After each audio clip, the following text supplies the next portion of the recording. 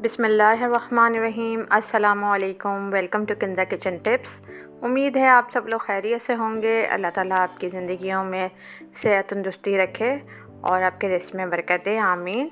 आज हम बना रहे हैं पाया, जो बीफ के पाए हैं वो बना रहे हैं और इसको बनाना बहुत ही आसान है। इसमें इतने ज़्यादा कोई मसाले नहीं हैं, बहुत ही आसान रेसिपी से आपको बनाना सिखाऊंगी।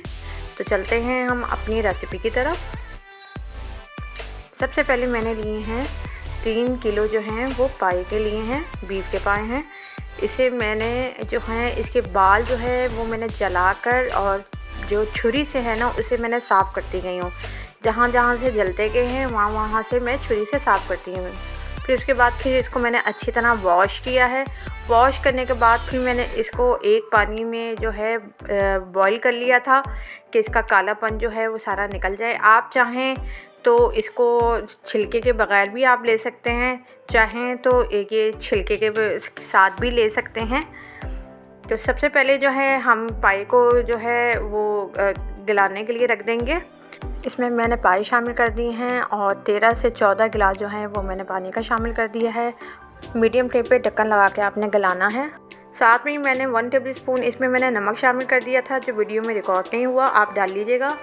अब हम पाए का मसाला तैयार कर लेते हैं। मैंने एक बाउल लिया, उसमें 2 मीडियम साइज़ की जो प्याज थी वो मैंने उसको ग्राइंड कर लिया था, उसका पेस्ट शामिल इसमें कर दिया। दही मैंने 1 कप शामिल किया, अगर देखा जाए तो ये 200 ग्राम होगा। 1.5 टीस्पून जो है वो मैंने लाल मिर्चों का पाउडर, नमक और मिर्चें आप अपने हिसाब से ले सकते हैं। 1/2 टीस्पून जो है मैंने हल्दी पाउडर इसमें लिया है और 1/2 टेबल स्पून जो है मैंने नमक लिया है, क्योंकि हमने पायों में भी डाला है। और 2 टेबल स्पून लहसुन अदरक का मैंने पेस्ट इसमें शामिल कर दिया है और इसको अच्छी तरह हम मिक्स कर लेंगे ताकि इसकी गुठलियाँ जो दही की हैं वो ख़त्म हो जाएं। और मैंने ज़्यादा मिसाले इसमें नहीं लिए हैं क्योंकि पायों का जो असल टेस्ट है वो दब जाता है मिसालों से। अब मैंने एक पतीली ली है और इसमें मैं अब 3/4 कप ऑयल का शामिल कर दूँगी और जो हमने मसाला बनाया था वो इसमें ही शामिल कर दूँगी। और इसको जो है हमने जो है अच्छी तरह भूनना है ताकि प्याज का कच्चापन जो है वो ख़त्म हो जाए। इसको हमने 5 से 10 मिनट तक हमने भूनना है अच्छी तरह। 5 से 10 मिनट हो चुके हैं। ऑयल जो है वो हमारा थोड़ा थोड़ा ऊपर आ रहा है और आपने इसको अच्छी तरह इसको भूनना है ताकि प्याज का कच्चापन जो है वो बिल्कुल ख़त्म हो जाए। मसाला जो है वो हमारा भुन चुका है।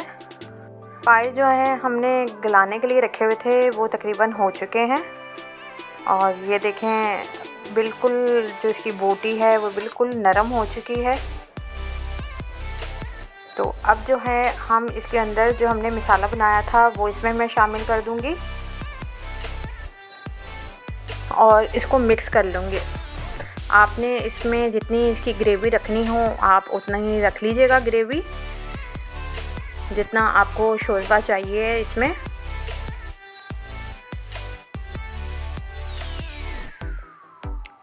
साथ में ही अब मैं इसमें शामिल कर दूंगी 1 टेबल स्पून जो है गरम मसाला पाउडर।